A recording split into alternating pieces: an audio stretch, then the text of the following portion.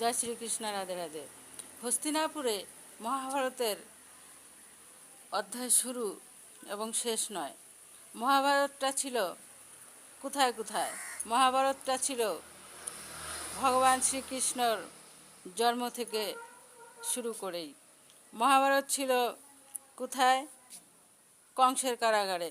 মহাভারত হয়েছিল গোকুলে। মহাভারত হয়েছিল বৃন্দাবনে। মহাভারত হয়েছিল হস্তিনাপুরে। মহাভারত হয়েছিল পুরো ভারতবর্ষে।